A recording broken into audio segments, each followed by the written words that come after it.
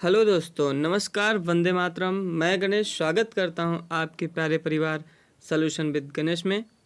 साथियों, कल की कक्षा में हम लोगों ने धर्म के बारे में पढ़ लिया था। कुछ धर्म पढ़े थे जैसे कि शैव धर्म, उसके बाद आपका ईसाई धर्म हो गया था, पारसी धर्म हो गया था।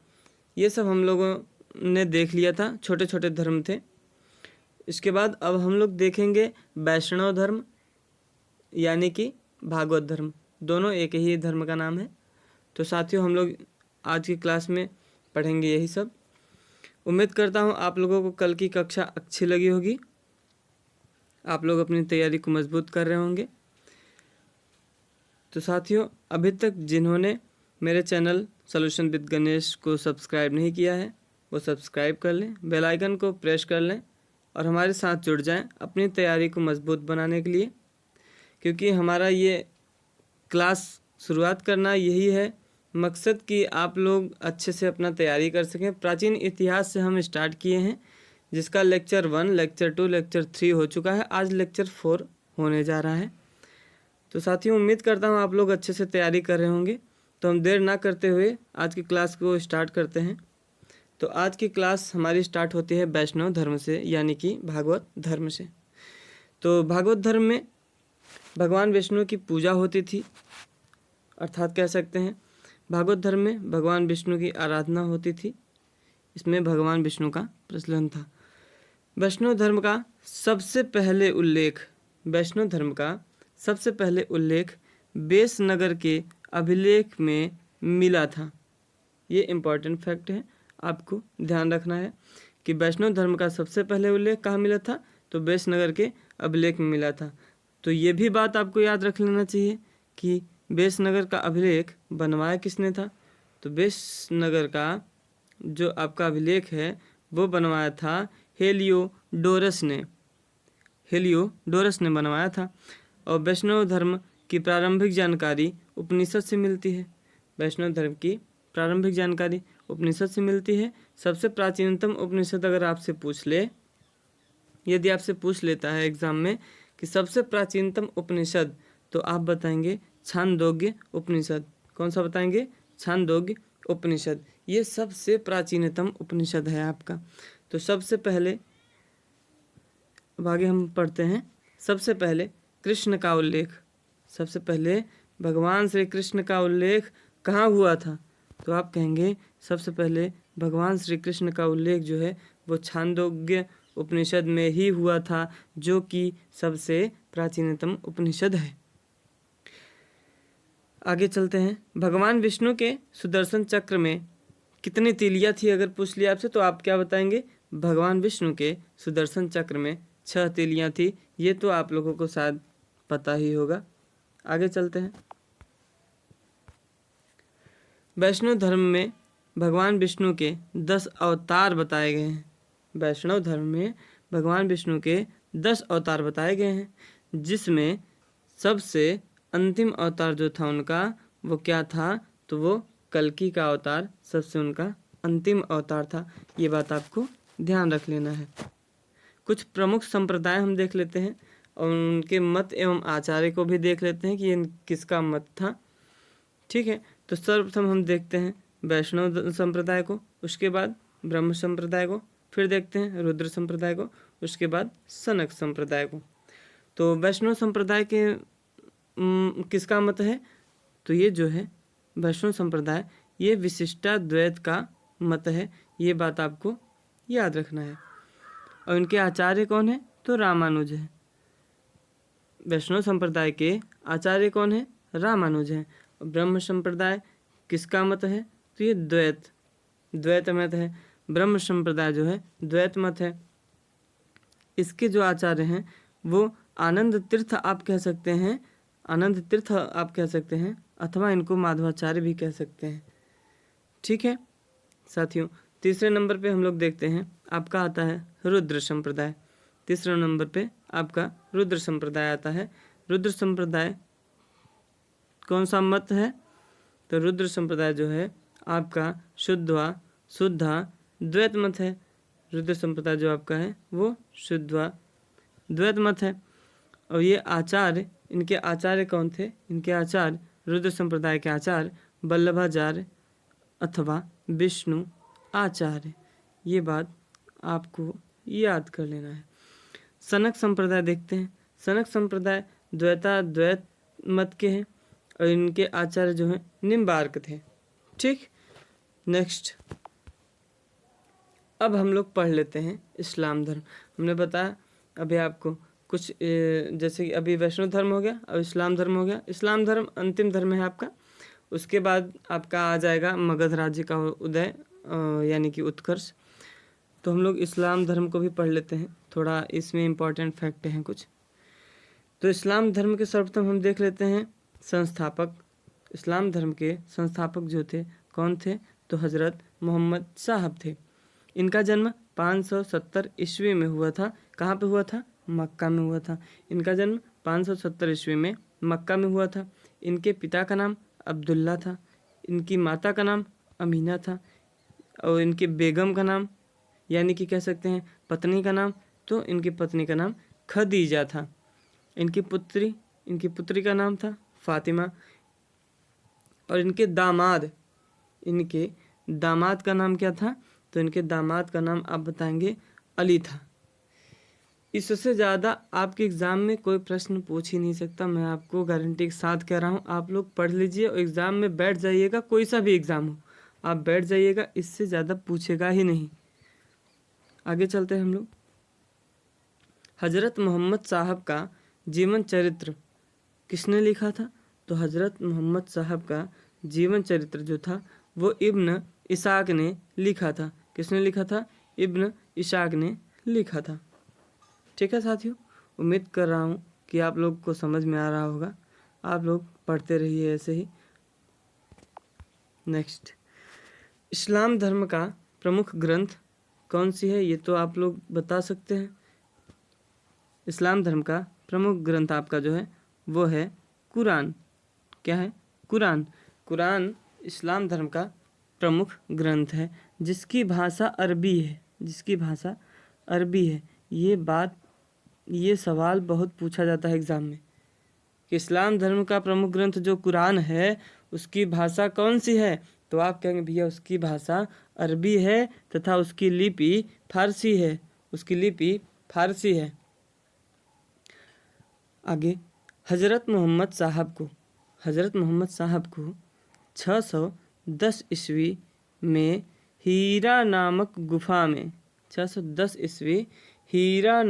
गुफा में ज्ञान की प्राप्ति होती है। हज़रत मोहम्मद साहब को 610 ईस्वी में हीरा नामक गुफा में ज्ञान की प्राप्ति होती है। इन्होंने 622 ईस्वी में मक्का से मदीना तक यात्रा किया था। कौन किया था? हज़रत मोहम्मद साहब ने 622 ईस्वी में मक्का से मदीना तक यात्रा किया था। फिर उसके बाद इनकी मृत्यु हो जाती है। इनकी मृत्यु कहाँ होती है? इनकी मृत्यु जो है मदीना में हो जाती है 632 ईस्वी में। हम लोग नोट पढ़ लेते हैं। नोट अगर कहीं आपको दिख जाए तो आप समझ जाइए वो इम्पॉर्टेंट फैक्ट है। नोट में हम लोग पढ़ते हैं, हज़रत मोहम्मद साहब की मृत्यु के बाद इस्लाम धर्म 2 भागों में बट गया। और कौन कौन से भागों में बटा? शिया एवं सुन्नी में बट गया। ठीक है, तो शिया और सुन्नी थोड़ा देख लेते हैं कि शिया कौन थे और सुन्नी कौन थे। शिया के लोग अली की शिक्षाओं में विश्वास रखते थे। अब पूछेंगे अली कौन था? तो अली हज़रत मोहम्मद साहब का दामाद था। अली जो था वो हज़रत मोहम्मद साहब का दामाद था एवं उत्तराधिकारी भी था। ये बात भी आपको याद रख लेना है कि उत्तराधिकारी भी था। किसका? हज़रत मोहम्मद साहब का। और सुन्नी के लोग जो थे वो हज़रत मोहम्मद साहब के कथनों एवं कार्यों में विश्वास रखते थे। शिया के लोग अली की शिक्षाओं में विश्वास रखते थे और सुन्नी के लोग हज़रत मोहम्मद साहब के कथनों में एवं कार्यों में विश्वास रखते थे। इम्पॉर्टेंट फैक्ट, हज़रत मोहम्मद साहब का उत्तराधिकारी उनका दामाद अली। अभी मैंने बताया आप लोगों को कि हज़रत मोहम्मद साहब का उत्तराधिकारी जो था वो उनका ही दामाद अली था, जिसने खलीफा का पद धारण किया था। सबसे पहले खलीफा का पद धारण करने वाला अली ही था। खलीफा का पद 1924 से शुरू हो जाता है। खलीफा का पद 1924 से शुरू हो जाता है। माफ़ी चाहता हूँ, खलीफा का पद 1924 में समाप्त किया जाता है।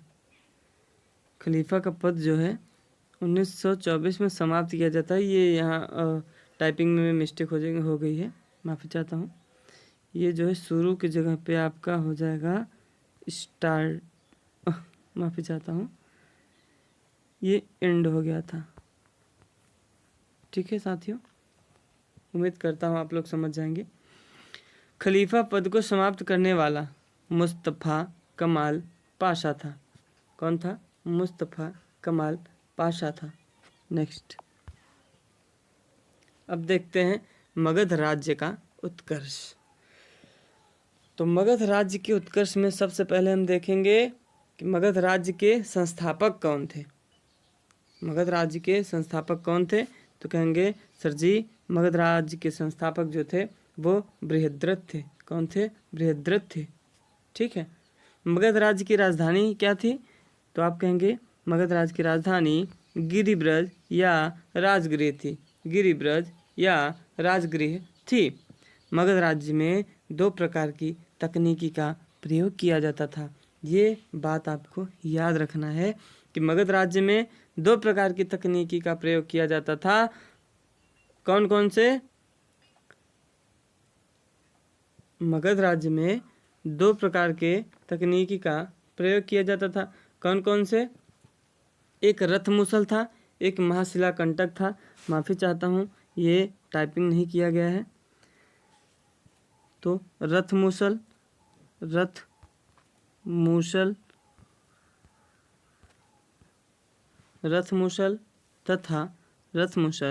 तथा महाशिला कंटक।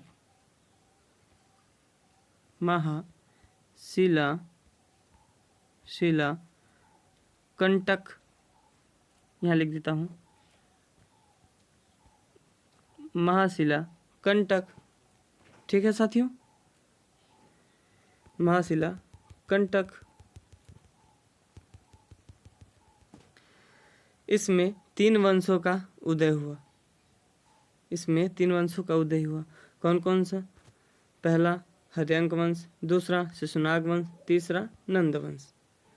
ठीक है, तो अब हम लोग बारी बारी से पढ़ लेते हैं हर्यंक वंश के बारे में, शिशुनाग वंश के बारे में एवं नंद वंश के बारे में पढ़ लेते हैं। ठीक है साथियों, नेक्स्ट, अब हर्यंक वंश के बारे में हम लोग पढ़ेंगे। हर्यक वंश का संस्थापक जो था वो कौन था?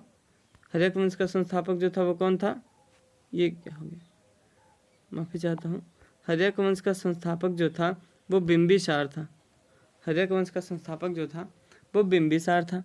हर्यक वंश में 4 महान शासक हुए। कौन कौन से? तो पहला बिंबिसार, दूसरा अजातशत्रु, तीसरा उदयन और चौथा नागदशक। ये 4 महान शासक हुए। ठीक है, तो हम लोग अब बारी बारी से पढ़ लेते हैं शासकों के बारे में। पहला शासक बिंबिसार। बिंबिसार का दूसरा नाम श्रेणिक था। बिंबिसार का दूसरा नाम श्रेणिक था। इसके प्रिय हाथी का नाम सेअनाग था। इसके प्रिय हाथी का नाम सेअनाग था। बिंबिसार के दरबार में जीवक नाम का एक राजवैद्य रहता था। एकदम आप कहानी की तरह पढ़िए, एकदम आपको लगेगा कि हाँ अभी आपने कुछ पढ़ा है। एकदम कहानी की तरह आप पढ़ेंगे। बिंबिसार के दरबार में एक जीवक नाम का राजवैद्य रहता था। जीवक ने अवंती के राजा चंद्र प्रद्योत का इलाज किया था। कौन? जीवक। और जीवक कौन था? बिंबिसार के दरबार में राजवैद्य था। ठीक है साथियों, बिंबिसार एक ऐसा राजा था जो कि अपने राज्य का विस्तार वैवाहिक संबंध बनाकर करता था। ये अपने राज्य का विस्तार जहाँ करना होता था वहाँ पर वैवाहिक संबंध बना लेता था। यह एक ऐसा राजा हुआ करता था। तो हम लोग कुछ इसके विवाह के बारे में पढ़ लेते हैं। पहला विवाह जो इसका हुआ था वो हुआ था कौशल नरेश प्रसेनजीत की बहन महाकौशल से। कौशल नरेश प्रसेनजीत की बहन महाकौशल से इसका पहला विवाह हुआ था। एवं दूसरा विवाह वैशाली के राजा चेटक की पुत्री, वैशाली के राजा कौन थे? चेटक थे। वैशाली के राजा कौन थे? चेटक थे। इनकी पुत्री चेलना से हुआ। ठीक है। इसका तीसरा विवाह जो हुआ वो मद्र कहाँ पड़ता था? पंजाब में। तो मद्र यानी पंजाब के राजकुमारी, उनका नाम था क्षेमा, पंजाब के राजकुमारी क्षेमा से तीसरा विवाह किया था। कौन किया था? बिंबिसार। अब बिंबिसार के बारे में थोड़ा आगे भी देख लेते हैं। बिंबिसार ने अंग के राजा ब्रह्मदत्त को हराकर अंग को जीत लिया था। बिंबिसार की हत्या उसका पुत्र अजातशत्रु ने किया था। बिंबिसार की हत्या उसी का पुत्र अजातशत्रु कर देता है। आगे चलते हैं साथियों। अब अजातशत्रु गद्दी पर बैठ जाता है। जब वो अपने बाप को मार देता है, वो अपने पिता को मार देता है, उसके बाद वो स्वयं गद्दी पर बैठ जाता है। तो उसके बाद अजातशत्रु का दूसरा नाम कुणिक था। ये बात आपको याद रखना है। जैसे बिंबिसार का अन्य नाम क्या था? श्रेणिक था। वैसे ही अजातशत्रु का अन्य नाम क्या है? कुणिक। ठीक। इसकी पत्नी का नाम वजीरा था। इसके समय में ही पहला बौद्ध संगीति राजगृह बिहार में हुई थी। इसके काल में ही पहला बौद्ध संगीति राजगृह बिहार में हुई थी। जिसका अध्यक्ष कौन था? जिसका अध्यक्ष महाकश्यप थे। ठीक है साथियों। आगे अजातशत्रु वैशाली पर विजय प्राप्त किया था। ठीक है। अजातशत्रु की हत्या उसका पुत्र उदयन कर देता है। लो जी, जैसे ही करनी वैसी भरनी। मतलब कि बिंबिसार को उसी का पुत्र मारा कौन? अजातशत्रु।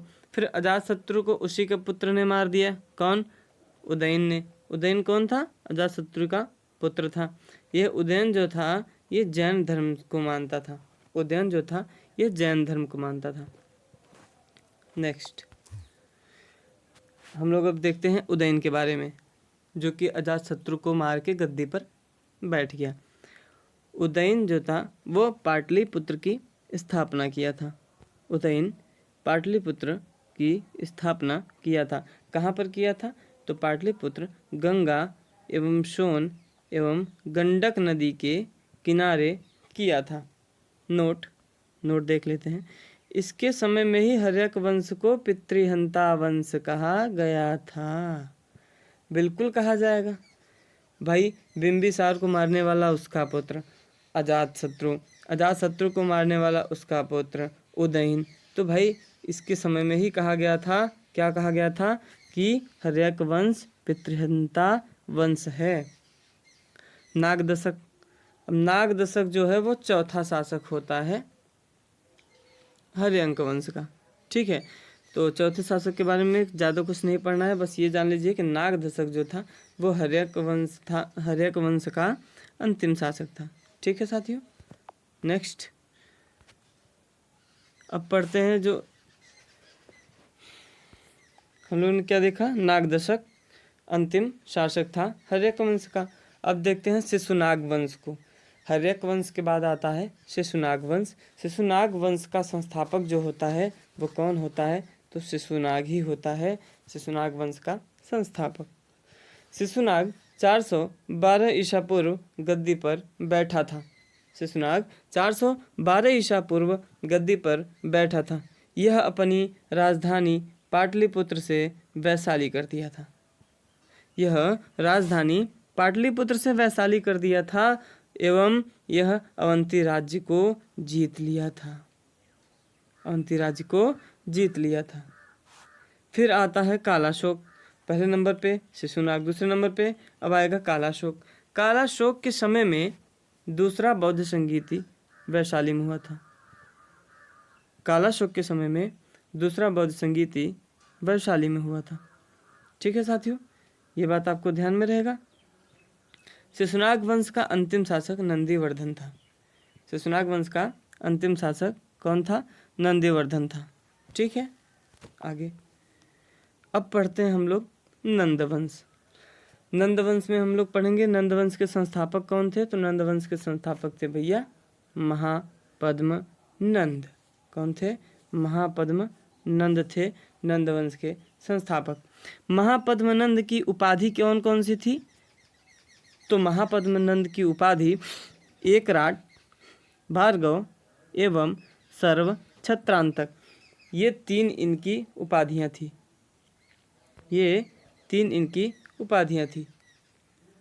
ठीक है साथियों, घनानंद, नंदवंश का जो अंतिम शासक था ये घनानंद ही था। इसके बारे में ही कुछ पढ़ लेते हैं। घनानंद के दरबार में चाणक्य रहते थे। घनानंद के दरबार में चाणक्य रहते थे, ये बात आपको पता होना चाहिए। घनानंद के दरबार में चाणक्य रहते थे। इन्हीं का नाम कौटिल्य एवं या विष्णुगुप्त था। ठीक है साथियों, घनानंद के दरबार में ही विदेशी शक्ति आती है, उसका नाम क्या रहता है? सिकंदर। सिकंदर जो आता है किसके दरबार में आता है? तो वो घनानंद के दरबार में आता है। ये बात आपको ध्यान रख लेना है कि सिकंदर जो आया था किसके दरबार में आया था? तो घनानंद के दरबार में आया था। घनानंद कौन से वंश से संबंधित था? घनानंद नंदवंश से संबंधित था एवं नंदवंश का अंतिम शासक था। ये बात भी आपको याद रखना है। ठीक है साथियों, आगे देखते हैं। अब हम लोग सिकंदर के बारे में पढ़ लेते हैं कि यह विदेशी शक्ति थी, तो इसके बारे में थोड़ा सा जानकारी लेना आवश्यक बनता है, क्योंकि इसको जाने रहेंगे इससे ही क्वेश्चन फंसते हैं। यह एग्ज़ाम में अक्सर पूछा जाता है, तो हम लोग इसको पढ़ लेते हैं। सिकंदर का जन्म कब हुआ था? तो सिकंदर का जन्म 359 ईसा पूर्व हुआ था। 359 ईसा पूर्व हो गया था। सिकंदर के पिता का नाम क्या था? फिलिप। सिकंदर के पिता का नाम फिलिप था, जो कि 356 ईसा पूर्व में मकदूनिया के शासक थे। ये 356 ईसा पूर्व में मकदूनिया के शासक थे। सिकंदर के पत्नी का नाम रेक्सोना। सिकंदर के पत्नी का नाम क्या था? रेक्सोना था। इसके प्रिय घोड़े का नाम क्या था? बहुकेफला। इसके प्रिय घोड़े का नाम बहुकेफला। और ये अपने घोड़े से इतना प्यार करता था कि यह अपने घोड़े के नाम पर बहुकेफला नगर भी स्थापित कर देता है। कहाँ पे? झेलम नदी के किनारे। सिकंदर ने 326 ईस्वी में भारत विजय अभियान शुरू किया था। इस अभियान में इसका सेनापति सेल्यूकस निकेटर तथा इसका जल सेनापति निर्याकस भी शामिल था। इस बात को आपको याद रखना है। ठीक है साथियों, सिकंदर तथा पंजाब के राजा पोरस, मतलब सिकंदर, एक तरफ थे सिकंदर और एक तरफ थे पोरस, राजा पोरस। और पोरस कहाँ के थे? तो पोरस जो थे वो पंजाब के राजा थे। तो सिकंदर और पोरस के बीच जो युद्ध लड़ा गया था, उस युद्ध का नाम पड़ गया था क्या? हाइडेस्पीस का युद्ध। ठीक है साथियों, ये इम्पोर्टेंट फैक्ट है। ये हाइडेस्पीस का युद्ध, ये आपको याद रखना पड़ेगा, क्योंकि ये अक्सर एग्जाम में पूछे ही जाते हैं। इसी युद्ध के पश्चात सिकंदर की 323 ईसा पूर्व बेबीलोन में मृत्यु हो जाती है। तो आज की कक्षा में हम लोगों ने क्या क्या पढ़ा? आज की कक्षा में हम लोगों ने इस्लाम धर्म पढ़ा, वैष्णव धर्म पढ़ा, उसके बाद मगध राज्य का उत्कर्ष देखा हम लोगों ने, हर्यंक वंश देखा, उसके बाद से शिशुनाग वंश, फिर नंदवंश, और फिर उसके बाद हम लोगों ने देख लिया सिकंदर के बारे में। तो आज के कक्षा में हम यहीं पर रखते हैं। कल के कक्षा में हम लोग शुरुआत करेंगे। अब कहाँ से शुरुआत करेंगे? कल के कक्षा में हम लोग मौर्य वंश देखेंगे। ठीक है साथियों, मौर्य वंश हम लोग शुरू से लेके अंत तक पढ़ेंगे और मौर्य वंश को एकदम बारीकी से पढ़ेंगे, क्योंकि मौर्य वंश से भी हमारे एग्जाम में प्रश्न पूछे जाते हैं। तो आज के लिए बस इतना ही। नमस्कार, वंदे मातरम, जय हिंद।